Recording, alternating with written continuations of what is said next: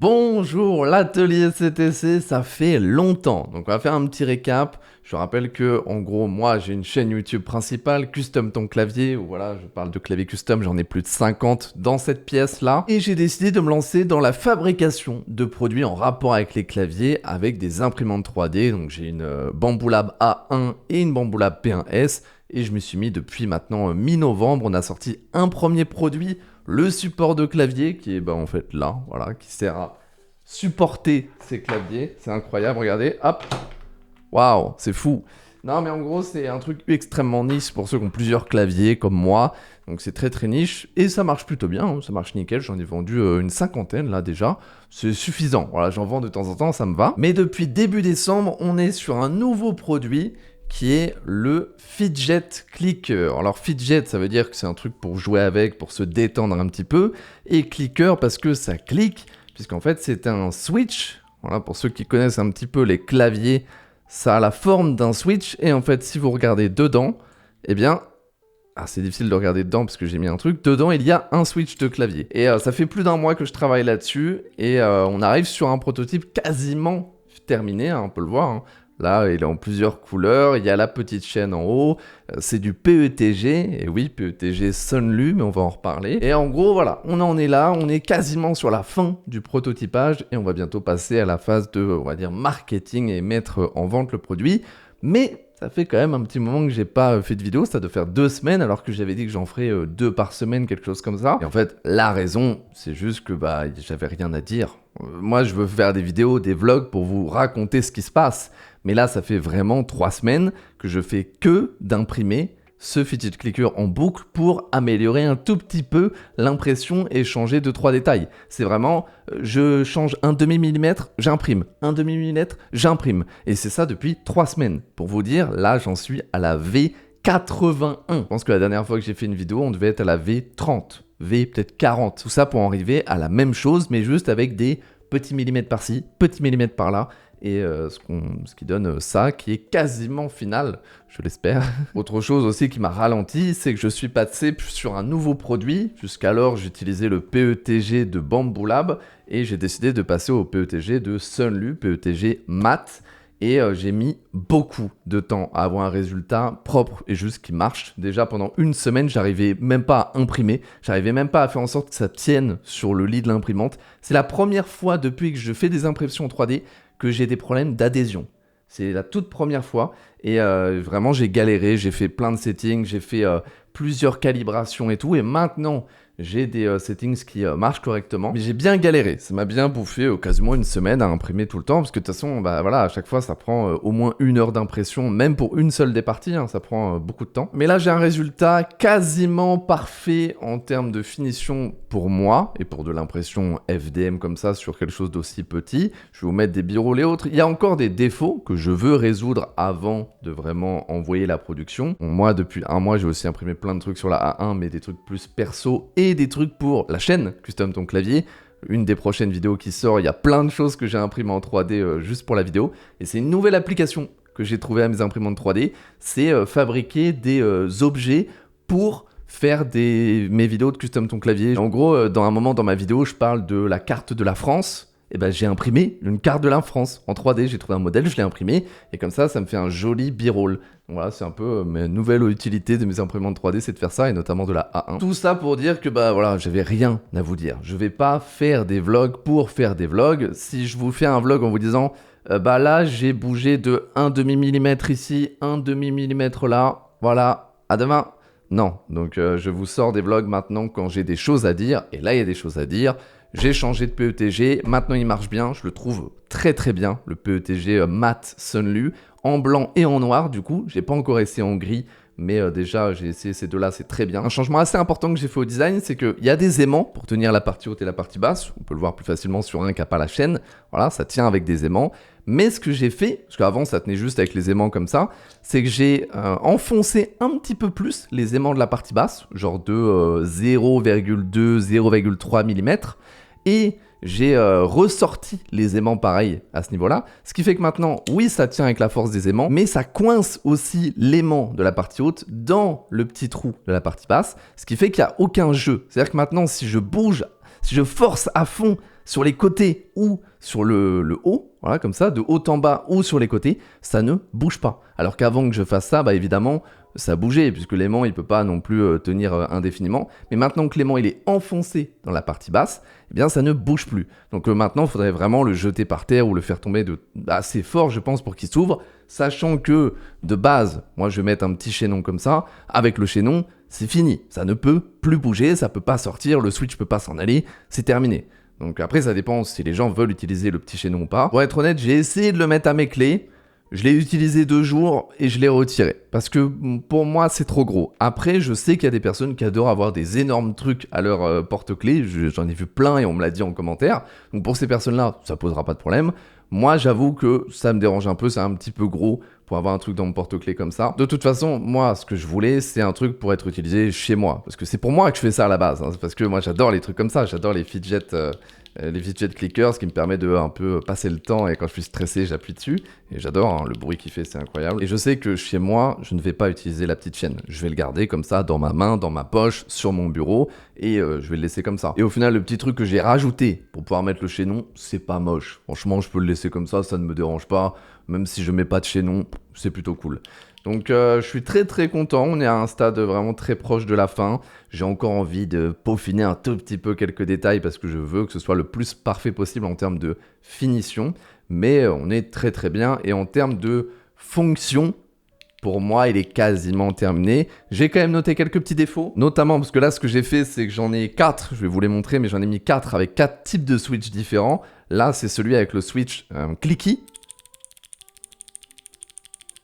Donc ça, c'est ce que beaucoup de gens voudraient et c'est intéressant parce que moi, ça ne m'intéresse pas. Moi, les switch clicky comme ça, j'aime pas le son. Mais je suis allé chez des potes avec mon fidget clicker, celui-là, avec le switch normal linéaire. Et ils m'ont dit, ouais, fait pas beaucoup de bruit quand même. Hein. Parce que eux, quand ils pensent au fidget clicker, ils veulent un truc qui clique vraiment fort. Eux, ils veulent un truc comme ça. Et je peux comprendre, hein. Il y en a plein qui veulent ça. Donc, je vais donner un switch comme ça avec. Mais c'est vrai que moi, je voudrais plus un switch comme celui-ci. Ou alors, ce que j'aime beaucoup aussi, c'est celui-là. En fait, il n'y a quasiment aucun bruit, parce que c'est un switch silent. Voilà, c'est un switch silencieux qui ne fait pas de bruit, mais qui est tactile. Donc, vous avez quand même le retour tactile, qui fait plaisir. C'est pas juste linéaire tout mou. C'est un retour tactile, mais silencieux. Et c'est plutôt cool si vous voulez être comme ça dans le train ou autre. Alors là, il y a encore des petits bruits de frottement, parce qu'il faut que j'ajuste des choses. Parce que justement, j'ai vu un défaut, notamment pour lui. Et vous voyez, si je fais ça... Ah, il tombe. Mais pourquoi alors que les autres ils tombent pas? Parce que lui c'est un switch 3 pins, ce qui fait qu'il n'a pas les 2 pins supplémentaires de la plupart des switches d'aujourd'hui. Et le problème c'est que moi dans la conception, j'ai pris en compte qui est les 5 pins et les 2 pins en plus qui servent à tenir le switch. C'est pour ça que j'ai fait des trous. Donc il faut que je revoie un petit peu pour ces switches là qui n'ont pas ces 2 pins en plus et que je trouve un moyen de un petit peu plus les serrer. Donc je vais voir ce que je peux faire parce que même si ces switches aujourd'hui commence à disparaître. Les switch 3 pins, ça n'existe quasiment plus à l'achat. Bon, ça m'embêterait quand même qu'il y ait des gens qui aient des switch 3 pins, qui veulent les mettre et ça ne marche pas. Donc je vais essayer de faire en sorte que ces switch puissent tenir dedans, même si ça va toucher 1% des gens, tant pis. En dehors de ça, franchement, en termes de fonction, le truc il est fini. Donc pour l'instant, j'ai fait les couleurs basiques avec ce que j'ai, vu que j'ai du noir et du blanc. J'ai fait toutes les combinaisons que je pouvais possible. Honnêtement, moi, celle que je préfère, c'est ça, hein, c'est noir en bas, blanc en haut et noir le stem. Bon, tout en blanc, tout en noir, c'est sympa aussi. Je sais pas trop ce que je vais proposer, différents coloris ou autres, parce que le PETG, il n'y a pas 50 couleurs disponibles, mais il y en a. Donc on verra ce que je vais faire. Je pense qu'au début, quoi qu'il arrive, quand je vais lancer le produit, et je vais le lancer notamment sur Amazon, je vais proposer que la version comme ça, noir-blanc, la version noire, la version blanche. Comme ça, en fait, moi, j'ai juste à imprimer plein de parties basses en noir, plein de parties hautes en noir, plein de stems en noir, la même chose en blanc, et après je me démerde, je les assemble comme il faut. Je vais pas pour l'instant m'embêter avec différentes couleurs ou autre chose, et justement on en vient à la boutique et ce qu'on va faire. Je pense toujours faire Amazon. Je veux tester en premier quasiment Amazon. Alors je dis en premier, non évidemment, je vais le mettre sur mon site, l'atelierctc.fr et vous allez pouvoir l'acheter. Et en plus, vous allez pouvoir me faire des retours. Ça, c'est intéressant. Moi, j'ai eu des retours déjà là-dessus et j'ai changé 2-3 trucs. Des petits millimètres par-ci, par-là, pour que ça puisse tenir un maximum de clavier. Et justement, j'en parle vite fait, mais je viens d'avoir une commande de 10 supports de clavier. Donc une plutôt grosse commande, c'est par les gars de Keycapsule. C'est des Français qui font des sets de touches et qui m'en avaient envoyé un. Et là j'ai vu sa commande hier, il m'a pas prévenu. Il a commandé 10 supports de clavier, donc je suis en train de les imprimer. Parce qu'évidemment j'en avais pas suffisamment en stock. Donc la P1S elle est en train de faire ça 4 par 4, ça prend 14 heures les 4. Mais voilà, je suis en train de lui faire et je vais lui envoyer peut-être demain, c'est fini. Mais du coup, l'idée, c'est de d'abord sortir sur l'atelierctc.fr, vous l'achetez, vous me donnez votre avis et autres. Mais direct après, je vais même pas passer par Etsy au début, c'est Amazon. Moi, c'est ce que je veux depuis très longtemps. Je veux essayer la vente sur Amazon et notamment Amazon FBA.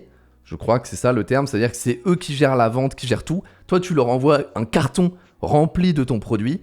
Et après, c'est eux qui se démerdent. C'est eux qui l'emballent avec leur propre colis Amazon. C'est eux qui l'envoient. C'est eux qui gèrent un petit peu tout. Toi, juste, tu leur envoies des caisses de carton et ils se débrouillent. Et surtout, ils le vendent avec Amazon Prime. Et ça, c'est important. Donc, l'idée sur ce produit, c'est ça. Après, on verra pour le reste. On verra pour Etsy. On verra pour peut-être TikTok Shop si ça sort un jour. Parce que TikTok, bon, apparemment, ça a l'air de bien se passer. Il va être déban puisque Trump n'avait pas envie de le ban de toute façon. Donc, voilà un peu où j'en suis. Après, je réfléchis à d'autres choses, hein. Je réfléchis à qu'est-ce que je fais en termes de boîte. On en avait déjà parlé. J'avais un peu abandonné l'idée d'une boîte, mais en même temps, si je veux l'envoyer à Amazon, c'est ça le truc. C'est que ton produit, tu peux l'envoyer à Amazon, genre dans un carton, t'en mets 10 et tu l'envoies. Sauf qu'il faut quand même qu'il se dégomme pas, tu vois. Si je le mets dans un carton, je l'envoie à Amazon, forcément le truc il va s'ouvrir, le stem il va se barrer et tout, c'est obligé. Je veux dire, quand tu vois la gueule des cartons et des livraisons, ça va forcément arriver. Donc il faut quand même que j'ai quelque chose, un contenant, pour mettre ça et l'envoyer à Amazon. Et je me dis que de toute façon, moi j'aimerais envoyer le fidget clicker avec au moins 3 switches différents, pour que chacun puisse se faire plaisir et surtout qu'il n'y ait pas de personnalisation à l'achat. En fait, j'ai pas envie de proposer le fidget clicker à l'achat avec un switch linéaire, un switch clicky, un switch tactile. Non, moi je veux vendre le fidget clicker avec 3 switches, un linéaire, un clicky, un tactile silencieux.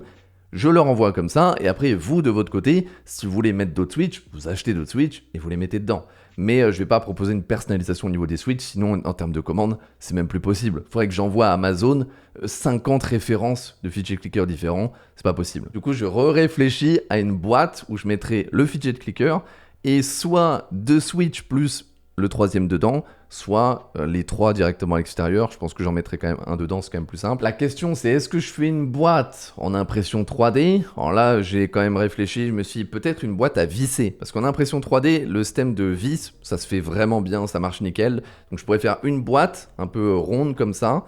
Je le mets dedans, je mets les 3 switches, d'accord, et un couvercle à visser, pareil, imprimé en 3D. Ça se fait vraiment très facilement. Ou alors, je vais regarder peut-être pour faire carrément une boîte personnalisée sur un truc comme Vistaprint ou autre, un truc dans le genre, où je réfléchis à une boîte en carton avec le fidget clicker au milieu, 3 emplacements pour mettre les switches, mais là, bon, ça demande de réfléchir, ça demande de personnaliser la boîte, ça demande...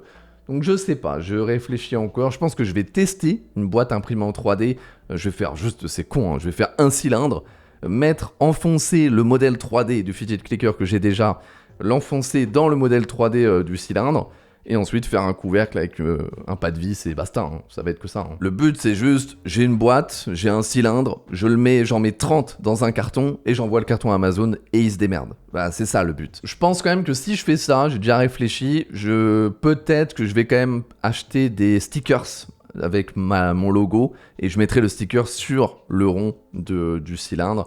Et peut-être un truc aussi pour fermer, pour être sûr que le pas de vis il se barre pas. Mais du coup ça veut dire peut-être réfléchir à un logo. Voilà, on en avait déjà parlé, mais actuellement mon logo c'est le logo CTC de ma chaîne Custom Ton Clavier. C'est pas ce que j'aimerais garder in fine. Le problème c'est qu'un logo, ça coûte quand même de l'argent. Et là actuellement c'est chaud. J'ai quand même dépensé beaucoup pour ça, hein, en décembre et tout. Donc là, je me vois mal mettre 2, 3, 400 euros dans un bon logo, parce que le but, c'est un logo de marque là dont on parle, donc c'est un logo qui resterait longtemps. Donc on va voir, je réfléchis. Le truc, c'est que si je le vends pour l'instant sur l'atelier CTC, il n'y a pas de souci, on s'en fout du logo, on s'en fout de tout ça. Mais si je veux vendre sur Amazon, faut faire une belle fiche produit, une belle boutique. Les gens, ils le reçoivent, ils s'attendent à un certain standing avec Amazon. Donc bon, voilà, faut pas changer de logo. En plus, voilà, faut pas changer de logo. Si là je mets le logo CTC sur Amazon et que dans un mois je change de logo, ah, ça va être chiant pour les gens si jamais j'en ai vendu quelques-uns. Donc je sais pas, je réfléchis à tout ça, c'est encore dans ma tête. Pour l'instant, je continue à faire des petites finitions le plus possible. J'aimerais juste qu'il y ait plus de défauts visibles. Voilà, il y a encore des petits défauts visibles, mais je me rends compte que quand même je me suis vachement amélioré. Parce que ça, c'est vraiment dur à faire honnêtement. Il y a plein d'angles de partout, c'est assez petit. Mais pour la commande là de 10 supports, je suis retourné sur le fichier, parce que j'en avais pas réimprimé depuis longtemps. Et franchement, avec l'expérience que j'ai gagnée avec lui, j'ai changé 2-3 settings, et il est vraiment très très beau là. Je trouve c'est le plus beau support que j'ai fait. Il est tellement lisse, il y a très peu de défauts. Il y a encore des petits défauts, hein, notamment au niveau du logo, c'est vachement dur à faire ça. Parce que c'est un tout petit peu enfoncé dedans, c'est très très fin. Donc il y a des petits défauts sous certains angles de lumière. Mais je pense qu'il est beaucoup mieux fait que les autres que j'ai pu faire parce que juste j'ai gagné en expérience au niveau des settings, tout ça. Maintenant, je comprends ce que font la plupart des settings. Donc, c'est cool. Dernière chose, j'avais parlé la dernière fois de faire des moules en silicone. J'ai reçu les produits pour les faire. Je vais pas le faire. Je vais pas le faire pour l'instant parce que ce serait trop compliqué de me relancer dans un truc comme ça. Surtout que le fait que je fasse aussi moins de vlogs et que je parle moins sur cette chaîne, c'est que je bosse beaucoup plus sur ma chaîne Custom Ton Clavier qui est ma source de revenus principale, hein, c'est mon métier. Donc je dois passer quand même plus de temps là-dessus que sur l'atelier CTC, même si au final, je passe quasiment toute la journée là-dessus, puisque je lance une impression, dès qu'elle se finit, je modifie un petit truc qui me plaît pas, je relance une impression, c'est juste qu'une impression ça dure 1h30, donc forcément ça prend du temps. Mais oui, c'est sûr que je me concentre plus sur ma chaîne principale, puisque il faut bien payer le loyer et payer tout ce que je fais là, donc... c'est le but aussi. Ça pour dire que les moules en silicone, je le ferai, je veux essayer, surtout je veux essayer de faire des touches de clavier, des choses comme ça, plein de choses que j'aimerais faire. Pour l'instant, on reste sur l'imprimante FDM, je pense que c'est le mieux. J'ai beaucoup réfléchi aussi à l'imprimante résine, j'avais probablement un plan pour en avoir une. Je me suis dit non. J'ai regardé, c'est trop de galère et pour de la production, vraiment de la production potentiellement de masse, si tu as envie, c'est pas une bonne idée. C'est pas une bonne idée pour moi. C'est pas ce que je veux. Donc on en est là. Qu'est-ce qu'il y a pour la suite? Je continue les impressions jusqu'à avoir un résultat que je considère suffisant, en tout cas parfait pour moi et pour de la vente sur Amazon. Et ensuite, déjà, je vous referai un vlog à ce moment-là, dès que j'aurai le résultat final pour moi. Et on va s'attaquer à faire le marketing, donc sûrement à faire boutique Amazon. Peut-être logo, tout ça, on verra ça. Peut-être commander des stickers ou autre. Mais boutique Amazon et lancer tout le truc, quoi. On va voir. Hein. Le lancer déjà sur l'atelier CTC, mais ça, ok. Mais surtout boutique Amazon. Ça va être le plus important. Et on verra bien ce que ça donne. Je suis juste très content d'avoir fait ça. C'est cool, hein. C'est plus... c'est du plaisir. Évidemment, le but, c'est d'en faire un produit et que l'atelier CTC, ça génère des revenus, ça devienne une marque. Mais c'est aussi avant tout un plaisir. Et moi, je suis très content d'avoir ça. Hein. Je veux créer les produits pour moi. Et je suis très content de l'avoir. Et quand il sera vraiment 100% parfait, ça va être trop cool. Hein. Je sais pas. Hein. Je sais pas comment dire. En fait, il y a plein de gens qui trouvent ça inutile. Hein. Il y a des gens dans les commentaires qui disent qu'ils comprennent pas. Mais en fait, si t'as jamais été comme ça et si t'as jamais eu besoin de ce genre d'objet, tant pis, c'est comme ça. Mais je veux dire, le terme fidget et fidget clicker et fidget spinner même à l'époque, si ça existe à ce point, si ça marche à ce point, c'est qu'il y a énormément de personnes qui ont besoin de ce genre de petites choses. Et autant avoir un truc original. Voilà, ça, mine de rien, ça n'existe pas. Hein. Je n'ai jamais vu ça de ma vie. Peut-être qu'il y en a un caché quelque part, mais j'ai jamais vu ça, un fidget clicker en forme de Switch. C'est plutôt cool pour moi. Moi, ça me plaît. Voilà, je vais vous laisser là-dessus. Hein. Désolé, hein, et c'est pas encore le chapitre final. On en est très, très, très, très loin. Mais prochaine fois que je sors une vidéo, c'est que j'ai fini, en tout cas, la production du design et du prototype, on va dire. Et on s'attaquera au marketing et autres. Sûrement que la prochaine fois que je fais une vidéo, vous pourrez l'acheter sur l'atelier CTC. Ça, c'est quasiment sûr. Et après, on va s'attaquer à Amazon et autres. Je vous laisse là-dessus. Merci d'avoir regardé. Abonnez-vous, likez, partagez, faites ce que vous voulez. Et moi, je vous retrouve dans la prochaine.